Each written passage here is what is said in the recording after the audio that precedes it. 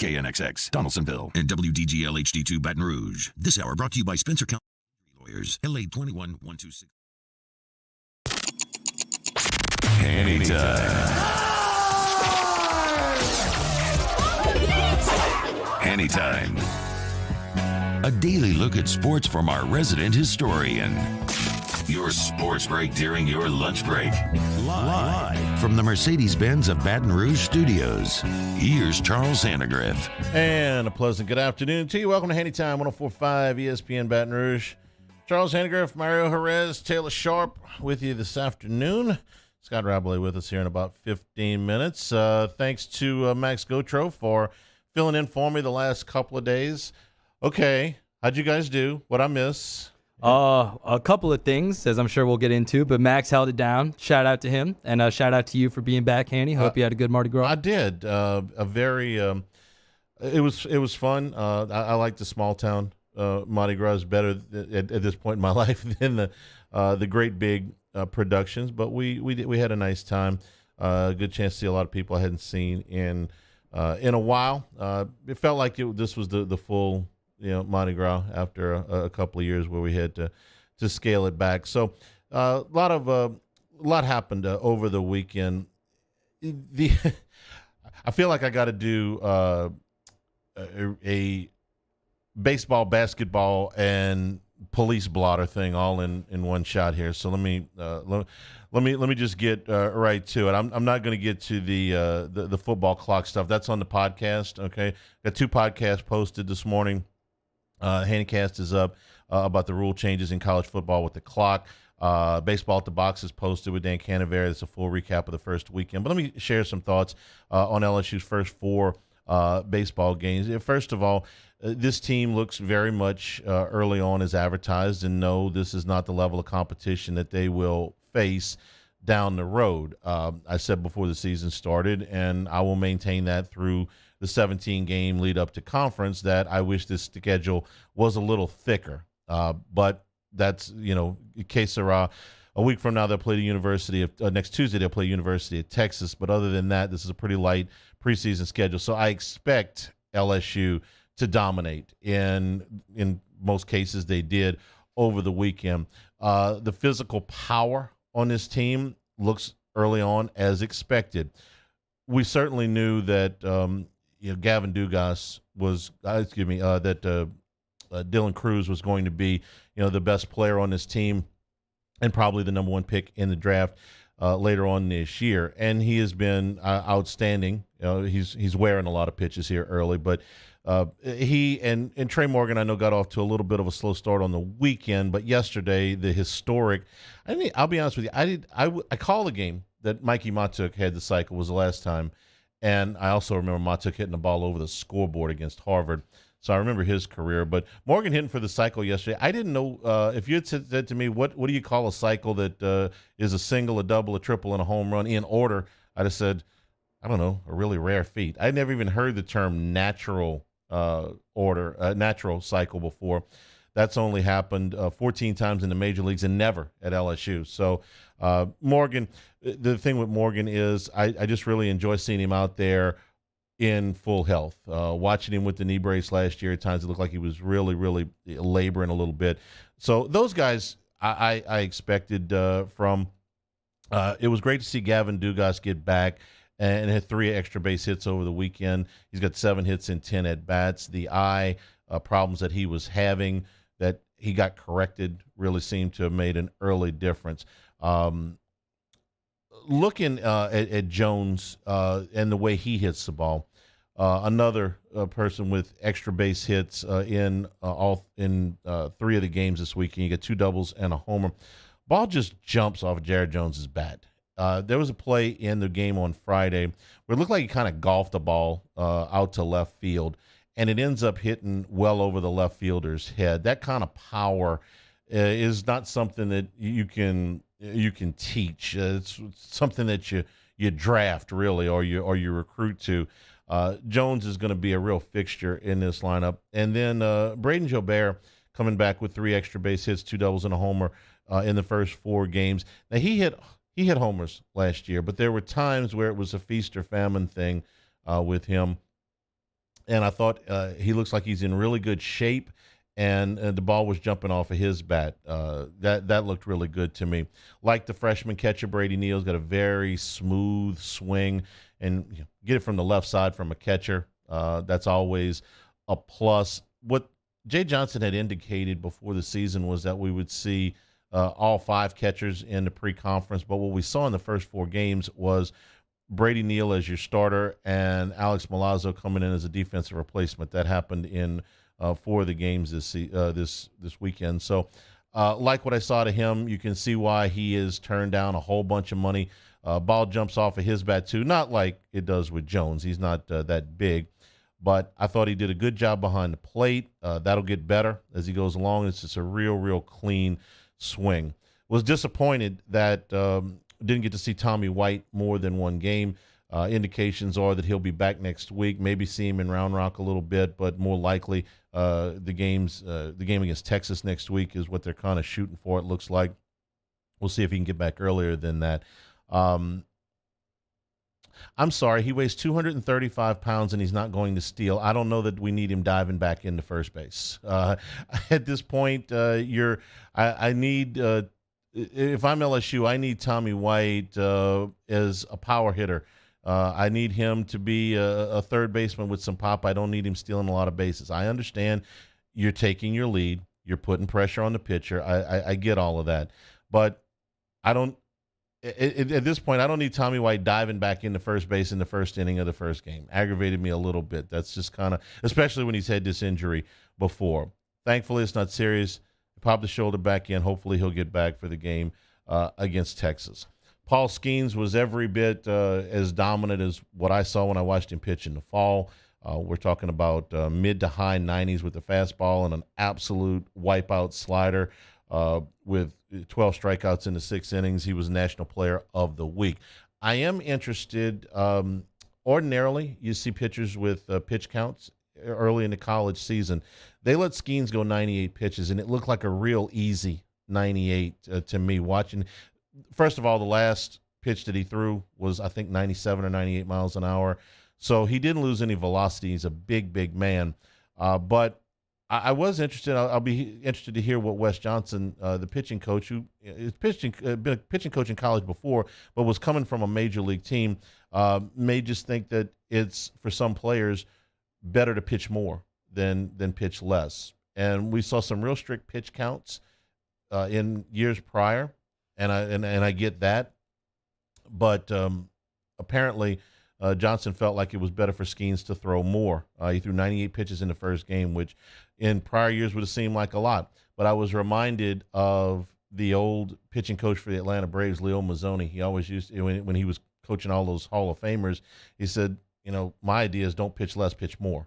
And Glavine and Smoltz and Maddox and Smoltz and Glavine all threw more on the side maybe than some of their other contemporaries at the time, and, well, they stayed pretty healthy. So I'm not suggesting that this is across the board, but I thought it was interesting that he went as long as he did. And Wes Johnson is, heralded all over the place. They just rave about him. So an interesting maybe change in philosophy for an early season pitch count with him.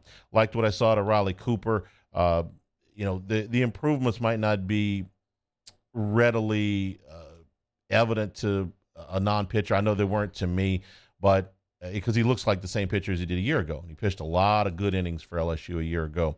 But the improvements that he made, subtle as they are, look real good to the pitching coach and real good to Jay Johnson, what he said after the game. And, well, he didn't give up a hit. He's left-handed. He throws strikes. He's a veteran, and he's going to be a really important part for them. Loved what I saw to Christian Little. Classic delivery, and I like the fact that he bounced back for 2 extended outings in the first 4 games. Liked what I saw to Ty Floyd. Liked what I saw out of Nate Ackenhausen, a multiple inning lefty. Can never have enough of those guys. And I liked what I saw to Chase Shores while realizing he's got a long way to go. Again, you can't teach somebody to be 6'7", 6'8", and throw with that kind of velocity. As he learns more about, remember that's his first college outing. Your nerves are going crazy, and I I know that he's going to get better. I think he's a future number one. There's just going to be, some growing pains along the way with him. Fine with that.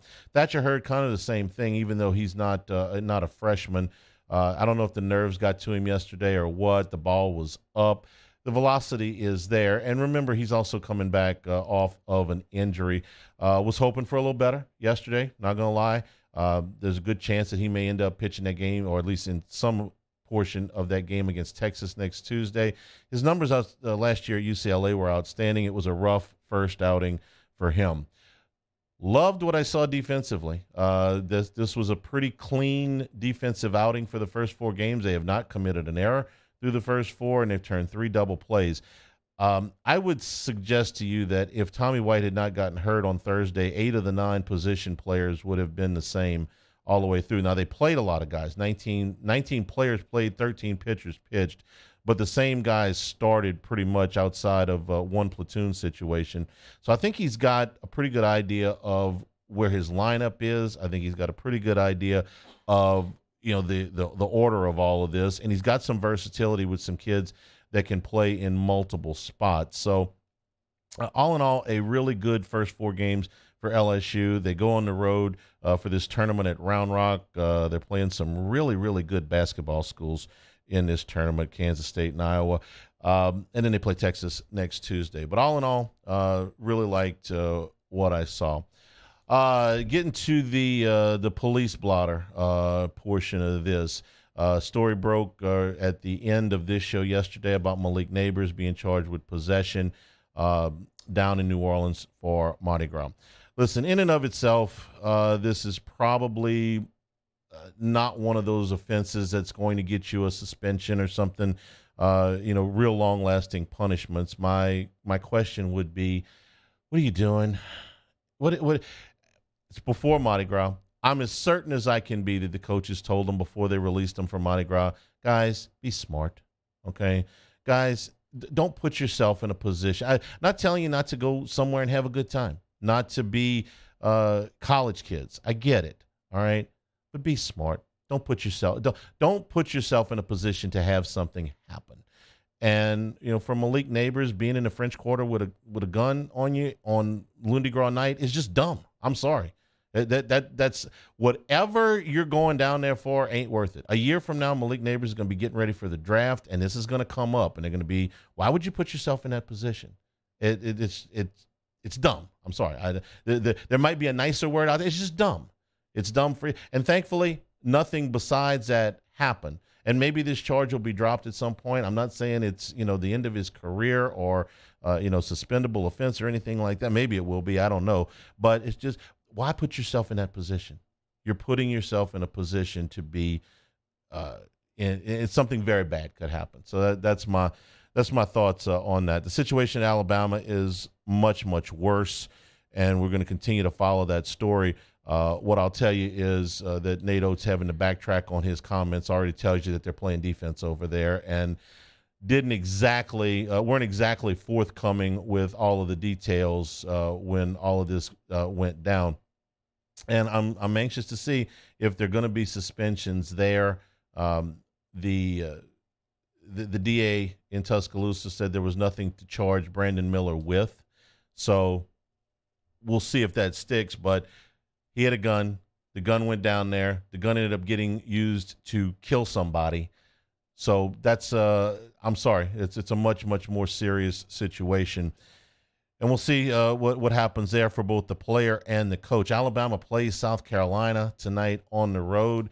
Haven't been given any indication that anybody is going to be missing from them at that time. But, there are going to be more questions after the game. And like I said, Nate Oates has already had to backtrack once on statements that he made, which I'm sorry, it makes it look like after the game when he was asked about it, like, no, just, wrong place, wrong time. No, a little bit more serious than that. And LSU basketball plays tonight against Vanderbilt, trying to avoid the longest losing streak in school history. It's going to be tough. Vanderbilt's been playing very well of late. Leon Robbins over the last 4 or 5 games has just been crushing it. The 7-footers averaging 22 points and 11 rebounds a game over the last 5 games. So a lot to get to. First class, second class, no class with us as well. Thank you for being with us today. We'll take a break, come back. Scott Rabelais is next. This is Hanny Time, 104.5 ESPN Baton Rouge.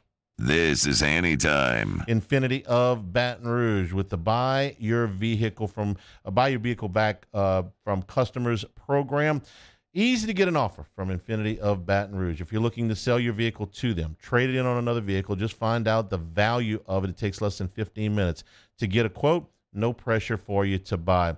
The Certified Pre-Owned program at Infinity of Baton Rouge means that your vehicle has been through a rigorous inspection, 167 points. And if it passes that, it qualifies for the 6-year unlimited mile warranty program, 1 full year of prepaid maintenance to go with that. Roadside assistance is available. Had to use that over the weekend for one of our friends, actually. And, of course, you're going to get a courtesy car when you bring your vehicle in for maintenance when you're part of the Certified Pre-Owned program at Infinity of Baton Rouge. Transparency in pricing, a family atmosphere. It's why we continue to do our shopping at Accurate Infinity of Baton Rouge.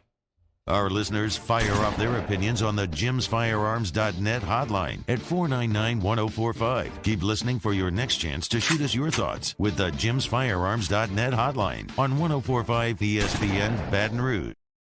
Moon Griffon is back. The voice of Louisiana politics makes his return to Baton Rouge. Catch the Moon Griffon Show weekdays from 9 to 11 a.m. on Talk 107.3.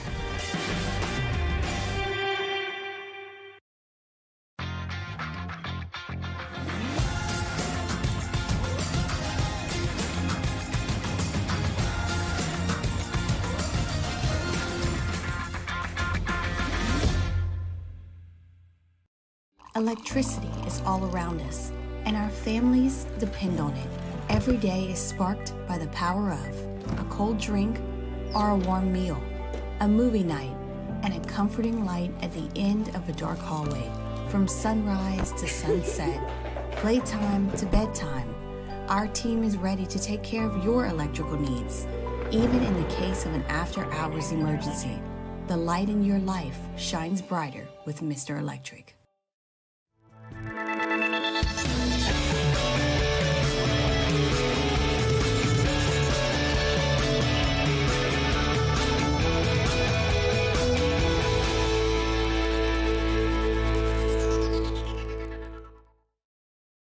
Louisiana. It's a place defined by culture, by pride, by passion, by people who do more than love this place. They celebrate it, elevate it, champion it. They are the individuals who embody what makes Louisiana great. The companies that make Louisiana a better place to work and live. The nonprofits leading transformational change in our communities.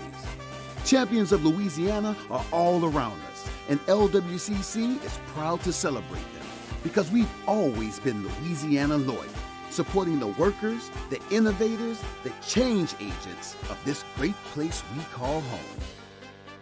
Who are the champions around you? Together, we can share their stories. Together, we can help our home state thrive. Together, we are Louisiana loyal. Always.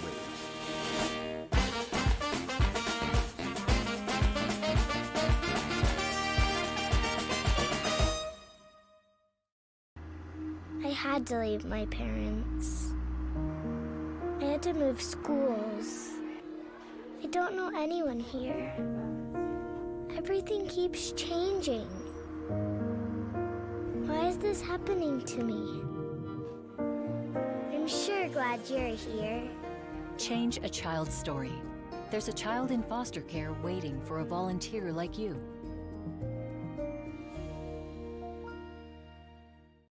Saturday, February 25th. Join us for the Wednesday edition of Game Time. We're live at Mestizo Restaurant at Acadian and I-10, celebrating our 24-year anniversary. It's Game Time for Mestizo, Wednesday, 6 to 8 p.m. on 104.5 ESPN Baton Rouge.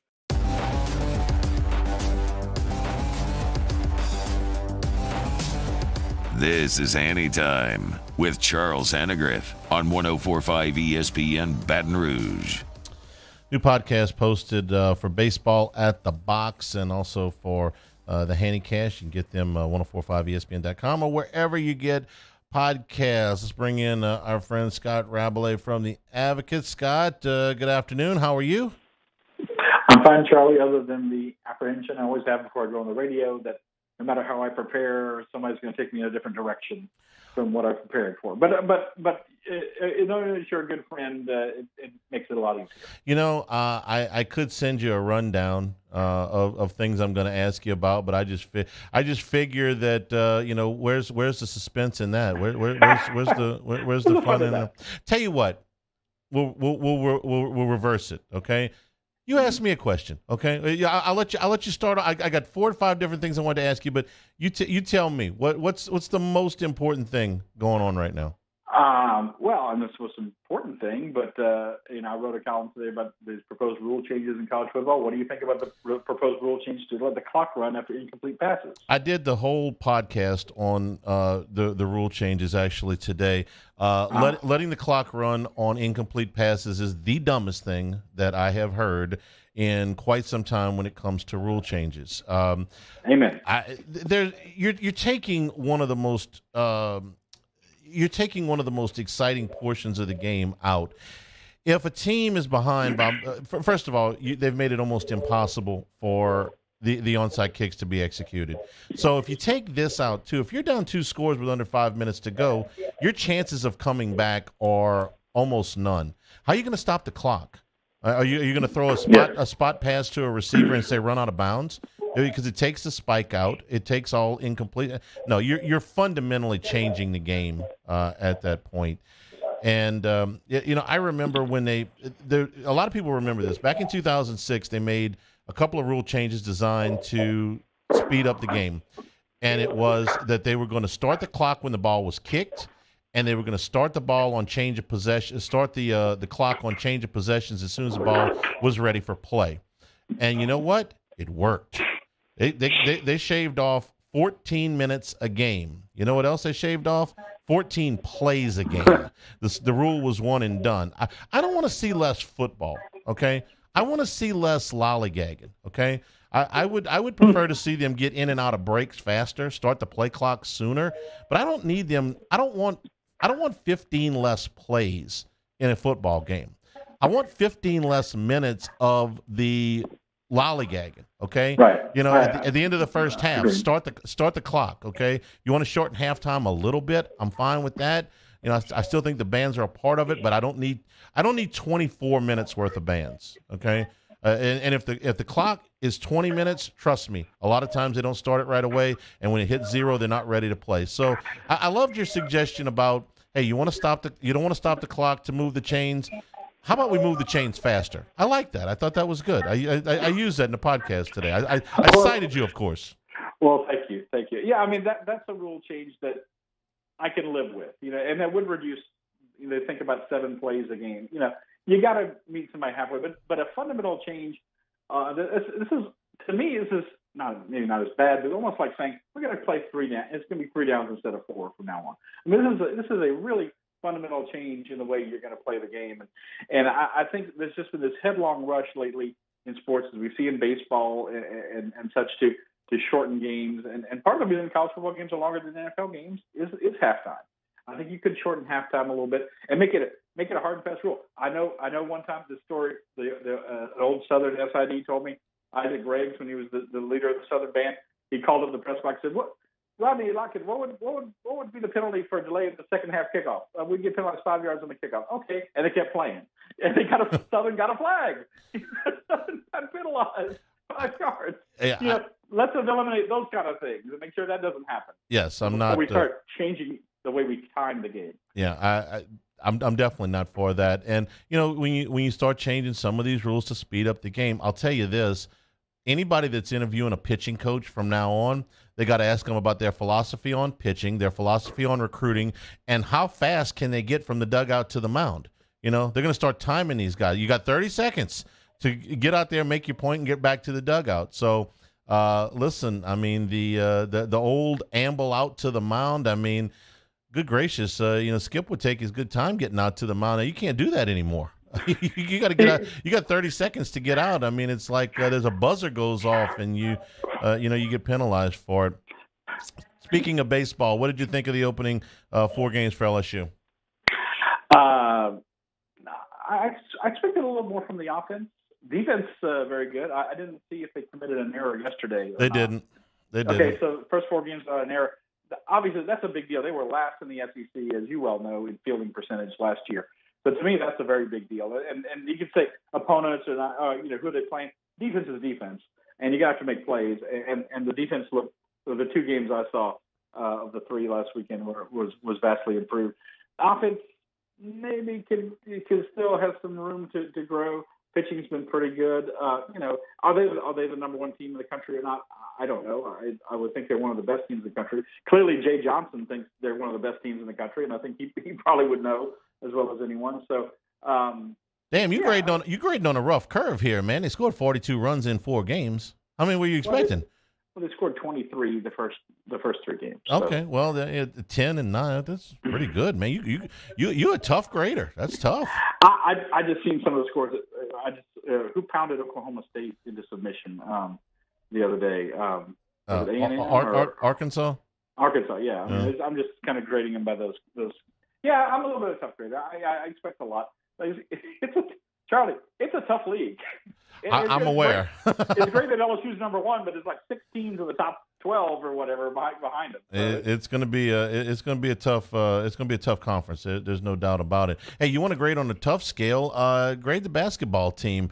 They are. Listen, I knew that this was going to be an uphill battle, but I really did not expect that they would challenge the record for consecutive losses in a season. And unless they they're a small underdog at home tonight against Vanderbilt. Unless they do that, they're looking at 15. They haven't won a game in a calendar year, and we just passed Mardi Gras, man. This is this is a lost season. That's kind of my deal on it. What do you think about how they finish this out?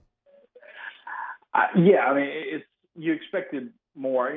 They got a decent amount of respect at SEC basketball media days. They were picked like 7th. I mean, I thought that it was very respectable. I thought they could make it to the NIT, Charlie. something like that. And the non-conference schedule kind of indicated that what they did in the non-conference is they probably would.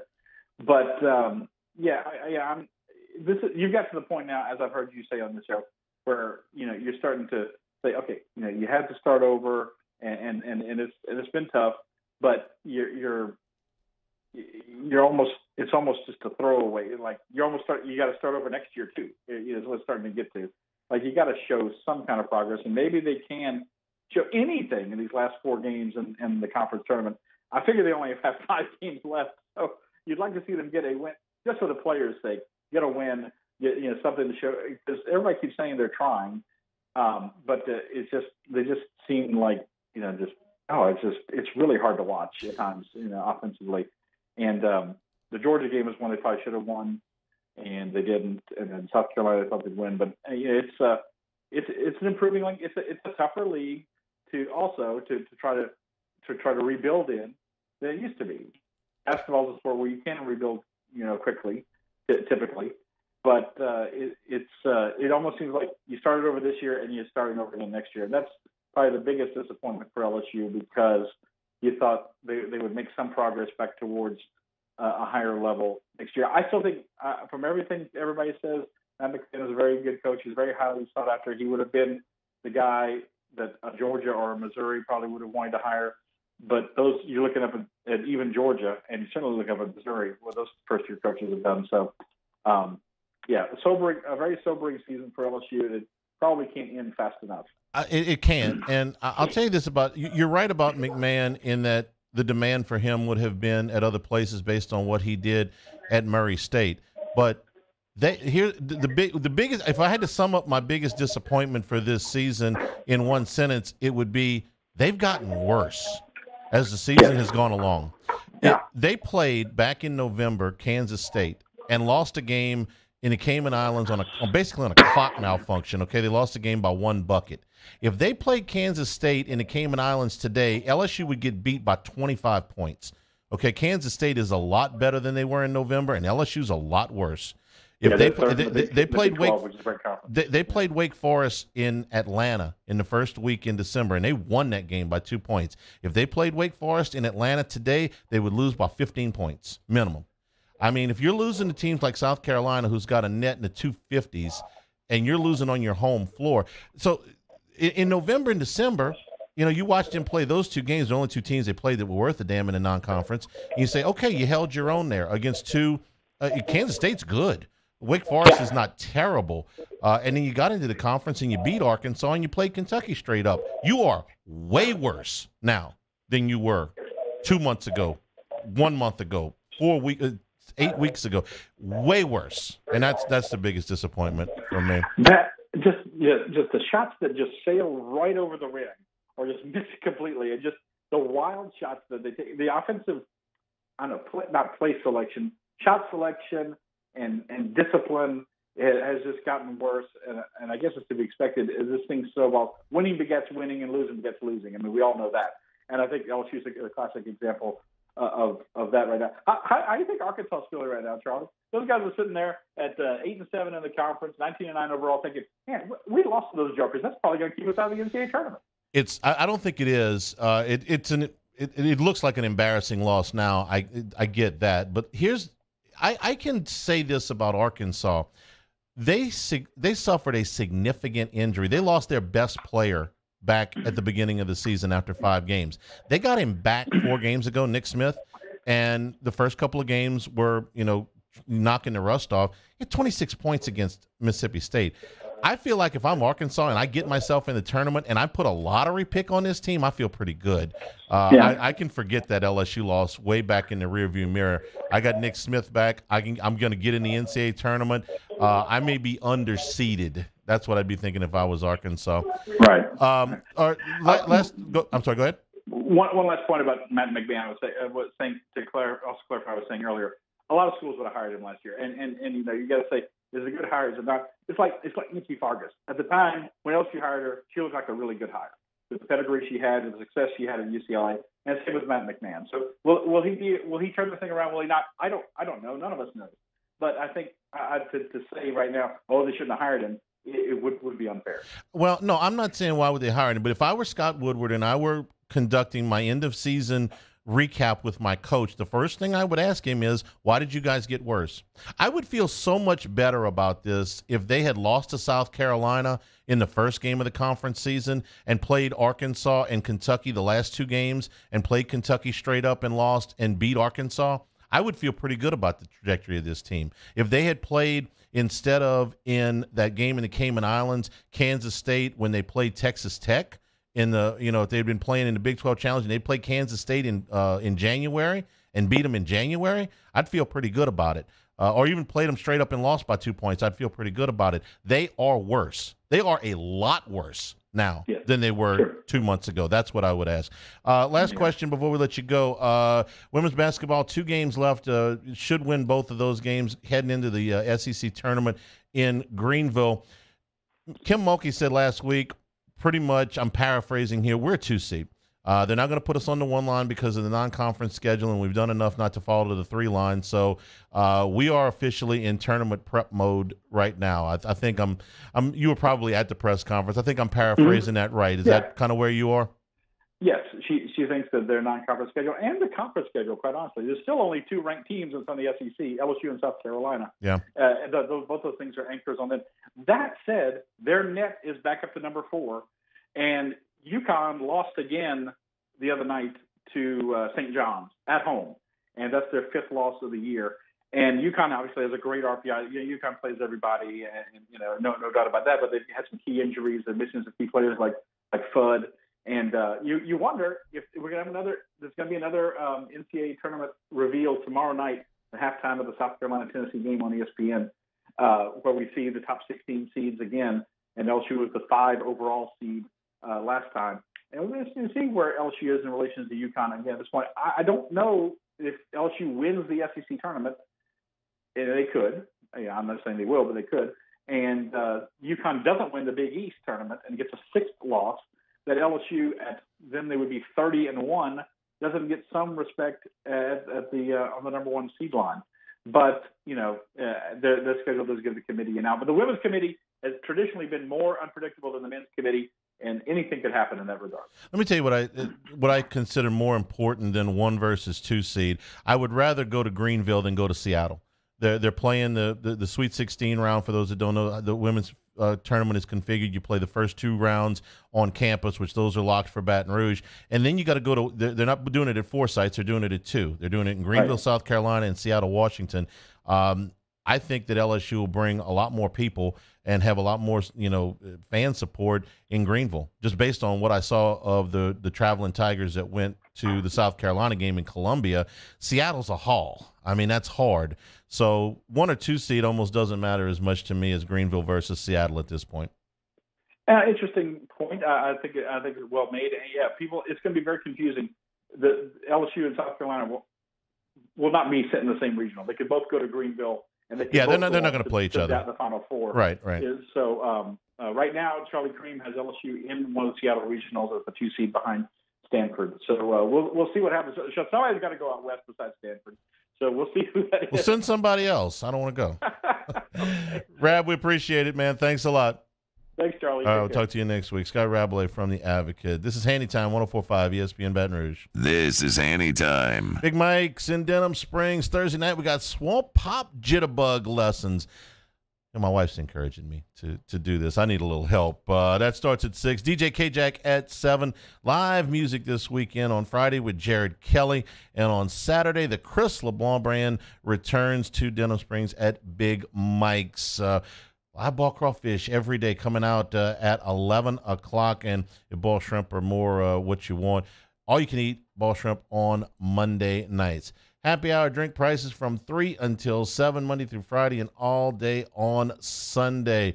Just because Mardi Gras is over doesn't mean the party and the good times stop on Aspen Boulevard in Denham Springs. Big Mike's, we're kind of a big deal. In times of need, get a full list of phone numbers, websites, and other important emergency information on the Demco Stormwatch page at 1045ESPN.com.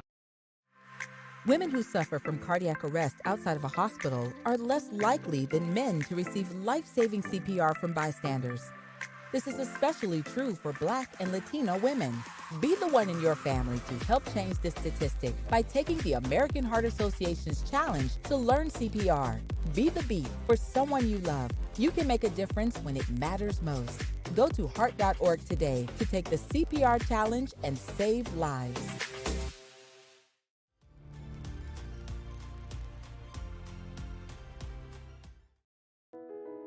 I've been doing business with Luba for 25 years. They're dependable, trustworthy. It's just the attention to detail with our clients. Our folks have years and years of experience. They're highly trained professionals. But many companies have that asset. What I'd like to think makes Luba a bit different is that we use those talents in a way that truly is dedicated to serving the needs of the folks who depend on us. Hi, I'm Brandon Landry, founder and CEO of Walker. Hi, my name is Dr. Craig Green. This is Ryan Terrio with HUDCORoofing.com. Hey, it's Matt Moscona. No matter how big your commercial roofing job, HUDCO can help. My patients come to me because they trust that I can get the job done at a high level. Ryan Terrio and Richard Tilley have the same level of trust when it comes to roofing. If you have a roofing issue, call HUDCO Roofing. Give us a call, 364-1007, and we'll come to your house and give you a free inspection. Louisiana. It's a place defined by culture, by pride, by passion, by people who do more than love this place. They celebrate it, elevate it, champion it. They are the individuals who embody what makes Louisiana great. The companies that make Louisiana a better place to work and live. The nonprofits leading transformational change in our communities. Champions of Louisiana are all around us, and LWCC is proud to celebrate them because we've always been Louisiana loyal, supporting the workers, the innovators, the change agents of this great place we call home. Who are the champions around you? Together, we can share their stories. Together, we can help our home state thrive. Together, we are Louisiana Loyal. Always.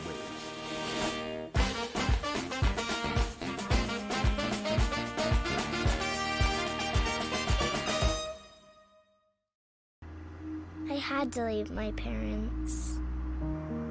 I had to move schools. I don't know anyone here. Everything keeps changing. Saturday at 1 p.m. as the Baylor Bears host the Texas Longhorns. Then Saturday night, the Philadelphia 76ers host the Boston Celtics at 7:30. And Sunday, the Milwaukee Bucks host the Phoenix Suns at noon. Right here on 104.5 ESPN Baton Rouge.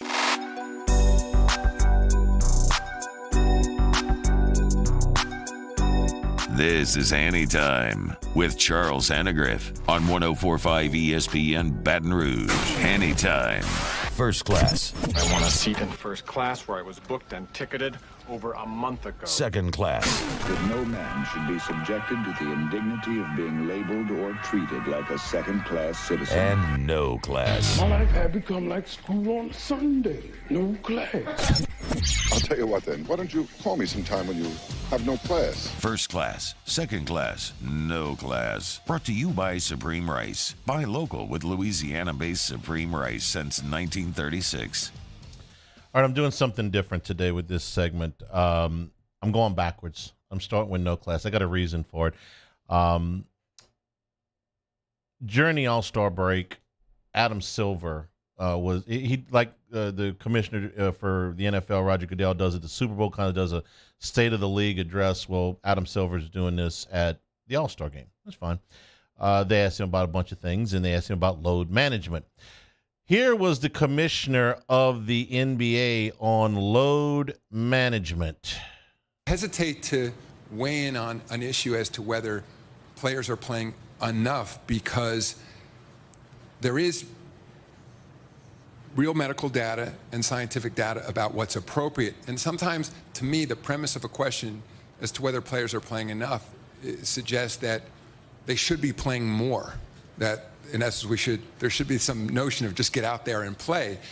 And having been in the league for a long time, having spent time with a lot of some of our great legends, I don't necessarily think that's the case of what the world that we used to have, where it was just get out there and play through injuries, for example. I don't think that's appropriate. Tell you what, Adam, do me this. Every ticket that is bought gets a 25% refund if a superstar is sitting for load management. We can define superstars however you want it. How about everybody that made the All-Star team? If one of the All-Star team guys doesn't play that night, you give back 25% of the ticket. Then will you think it's a problem? Because the people that are going to games and paying to see the people play are paying to see the stars. I've never been to a Broadway show, okay? I never have. But I know this, that when people pay for Broadway tickets, they don't pay to see the understudy, okay? You saw the episode of Seinfeld. They were paying to see Bette Midler, not the understudy, okay? I'm paying to see the stars, not the guys that are 2 weeks out of the G League. I'll give you 3 examples, okay? I could do this for a long time, but it's an hour show, all right? Luka Doncic is on pace to play 68 games this season. Giannis is on pace to play 66 games. Joel Embiid is on pace to play 64 games. That's missing 17%, 20%, 22%. And none of them have had an injury that you would consider debilitating. Nobody's suggesting that they play through a torn ACL, okay? Nobody's suggesting that they have, a concussion and play, a separated shoulder, a dislocated elbow, a high ankle sprain. We're suggesting that maybe you not rest as often. Just say, I don't feel like going to work today. And there's a lot of that, man. I'm sorry. You can see it on the bench, hamming it up in street clothes, talking to the fans, taking a selfie, whatever. How about you go to work? And if you don't go to work, how about you refund some of the tickets? I'll bet you the commissioner would think a little bit more of it then. Your stars are missing 2 games just because they don't feel like playing. I'm sorry. That's the way it is. Adam Silver, no class. Now here is second class. Good with a chance to be great. I'm not going to take credit for this. I read this in an article on CBS over the weekend. I think it's got some real merit, but I'm not going to take credit for it. They're suggesting a minimum of 70 games played for any major award. Most Valuable Player, All NBA teams, Rookie of the Year, Sixth Man of the Year award, and or at least 30 minutes averaged per game. Now, this has almost no chance to pass because there are so many player contracts that are tied to these awards, escalators towards the supermax on all NBA teams. But boy, wouldn't it create some competition, right? Hey, you want to play, you want the MVP? You got to play at least 70 games. We're not going to tell you that you got to play. Again, we're not going to tell you to play through a torn ACL. You want to be the MVP? Want the All-NBA escalator? The union would fight this with every fiber in their body. But I tell you what, go over well with the fans. Oh, wait, you're actually going to play now. Okay, good. The contracts are guaranteed to start with. Let's just put some kind of conditions on the escalators. I thought that was really good. Good with a chance to be great. But my favorite quote of the whole weekend came from a very young player in the SEC. You'll remember him from his 1 year at Georgia. Anthony Edwards of the Timberwolves had this to say about load management. If there's anything I could change about the league to make it better, probably just all the guys sitting resting. That's the only thing I probably don't like. Just play, man. If you 80%, you got to play. I don't like all the sitting, missing games and stuff. Like these people might have enough money to come to one game. You know what I'm saying? And that might be the game they come to, and then you sitting out. You know what I'm saying? So I take pride in trying to play every game because I don't know. It might be one fan that has never seen me play, and I'm trying to play. So that's the only thing I don't like. Guys just sitting out. He should be commissioner. That's with the exception of talking about himself as playing. That's what the commissioner should have said. Anthony Edwards is 21 years old. Okay, I don't expect him to have the historical perspective of the league that Adam Silver has. Adam Silver's been in the NBA front office long before he was a commissioner. He's in tune to the financial issues of the league, not just the players, more so than a 21-year-old guard. But what Silver said is what I would expect a 21-year-old player in the league to say. Man, look, you expected me to go out there? I don't think that's a problem. And I would have expected the commissioner, who should know better, to have said what Edwards said. First class, Anthony Edwards. Hey, guess what, guys? You don't feel quite 100% today? I don't care. Get your ass out there. You got a job. I'm not asking you to play through a torn ACL. I'm not asking you to play through a major injury. I'm asking you on a day where you come and you don't quite feel 100%, man, my left toenail didn't get clipped quite right. How about you push through some of those? Because you're getting paid a bunch of money and a bunch of people are coming to these games and paying that. We do a year in, save this, okay? Swear to you, Anthony Edwards' clip right there was the best clip I've heard out of an NBA player in I can't tell you how long. I wanted to stand up and clap where I was when he said that. He just made a new fan, okay? I didn't notice him much at Georgia because I knew he was a great player, but their team wasn't very good. But Anthony Edwards made himself a fan right here with that comment. First class. Take a break, come back and wrap things up here. This is Hanny Time, 104.5 ESPN Baton Rouge. This is Hanny Time. Had a chance to enjoy some Supreme Rice during the Mardi Gras break. As we get here into the Lenten season, today is Ash Wednesday, and of course on Fridays during Lent, if you're practicing Catholic and you want to, you have to stay away from the meat, you'll be amazed at how many things you can pair Supreme Rice with seafood-wise. A little shrimp stew, little crawfish etouffee, little seafood gumbo. Yeah, you got them all with Supreme Rice. And you'll be supporting our Louisiana farmers while you do that.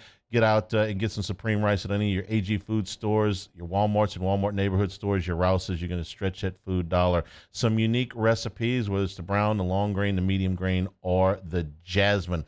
Supreme Rice, a perfect complement to any meal, so enjoy it the next time you're doing some cooking. For more information and unique recipes, go to supremerice.com. Our listeners fire off their opinions on the jimsfirearms.net hotline at 499-1045. Keep listening for your next chance to shoot us your thoughts with the jimsfirearms.net hotline on 1045 ESPN Baton Rouge.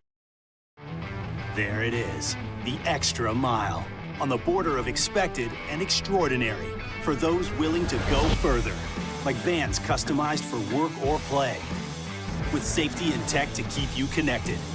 Supported by a 5-star sales, service, and finance team. And backed by the 1-star you know. So go the extra mile.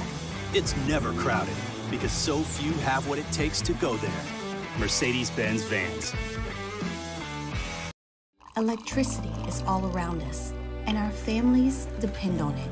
Every day is sparked by the power of a cold drink or a warm meal, a movie night, and a comforting light at the end of a dark hallway. From sunrise to sunset, playtime to bedtime, our team is ready to take care of your electrical needs. Even in the case of an after-hours emergency, the light in your life shines brighter with Mr. Electric.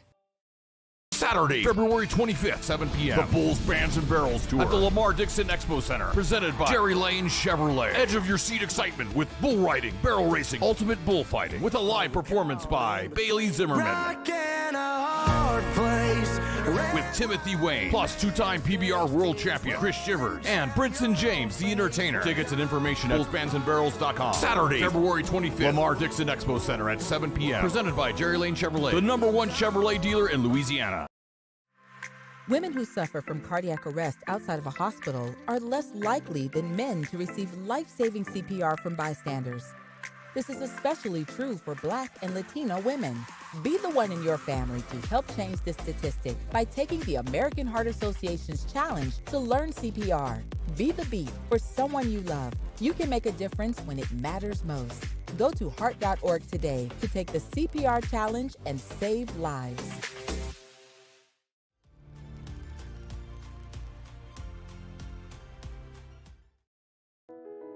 I've been doing business with Luba for 25 years. They're dependable, trustworthy. It's just the attention to detail with our clients. Our folks have years and years of experience. They're highly trained professionals. But many companies have that asset. What I'd like to think makes Luba a bit different is that we use those talents in a way that truly is dedicated to serving the needs of the folks who depend on us. Hi, I'm Brandon Landry, founder and CEO of Walker. Hi, my name is Dr. Craig Green. This is Ryan Terrio with HUDCORoofing.com. Hey, it's Matt Moscona. No matter how big your commercial roofing job, HUDCO can help. My patients come to me because they trust that I can get the job done at a high level. Ryan Terrio and Richard Tilley have the same level of trust when it comes to roofing. If you have a roofing issue, It's on. Join me for a Wednesday edition of the Hunt Palmer Show. It's a What If Wednesday. Chris Demui talking Tiger baseball and Sharif Ishak on the Pels. Hunt Palmer Show 1 to 3 on Wednesday. 104.5 ESPN Baton Rouge. This is Hanny Time with Charles Hannegriff on 104.5 ESPN Baton Rouge. End of last week, we were giving some picks out at the end of the shows. We actually did pretty well for a couple of those things. So see if we can try that again. Got a game I like tonight. See what we can do. Kentucky laying 2.5 at Florida. I'm not wild about, backing a whole bunch of road favorites. That's, not something you want to get into a habit of doing a lot. But Kentucky, going into that Mississippi State game, very clearly on the bubble. You could argue about whether they won the right side of the bubble, the wrong side of the bubble. It was a gutty win against Mississippi State.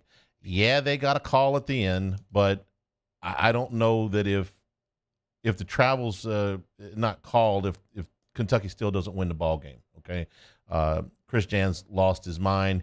He should have lost his mind. It was a terrible call. They called this guy for the travel, but I don't know if Mississippi State scores there, and if they do, I don't know. The game could have easily gone into overtime. Kentucky would have got another possession. Maybe they win it, but I thought it was a gutty win at Mississippi State. Mississippi State plays defense, if nothing else, and the game was in Starkville. So I thought that was a gritty win. And then they handled Tennessee. They're a good matchup with Tennessee. What can you say? And Tennessee lost again last night against what is suddenly the hottest team in the league, Texas A&M. But they're going to Florida tonight, who lost Chris Castleton 2 games back. Castleton probably still going to be a first-team all-conference player despite missing 5 or 6 games. He was that good. He was in the top 5 in the league in scoring, he was in rebounding, and he was the leader in the league in block shots. He was basically their deal. So they go to Arkansas on Saturday, a game that we liked Arkansas a lot in that game. And the first half, Florida was right there, kind of playing on adrenaline, a little bit of emotion, stayed right there. But in the second half, Arkansas got after them, and they simply did not have anybody that they need a bucket, go to this guy. That was Castleton for them. They ended up getting run out of Fayetteville by 19. Kentucky needs this game. They're in the tournament right now after those 2 wins, but they can't. I saw from our guys at the field of 68, they said, you can't call them a lock. Lock insinuates that you can lose out and still be in. Kentucky can't do that. This is a very winnable game for them in Gainesville tonight with no Castleton. The number is very manageable at 2.5. Give me the fighting Caliparis tonight in Gainesville. That's my pick for the night. We'll be on Jimmy Ott's Game Time tonight from Mestizo on Acadian. It's National Margarita Day, if you didn't know. Just thought I'd pass that along. We'll be there for Jimmy Ott's Game Time tonight at 6 o'clock. From Mario and Taylor, I'm Charles Hanniger saying thank you and good afternoon. Stay tuned for Hunt Palmer on 104.5 ESPN Baton Rouge.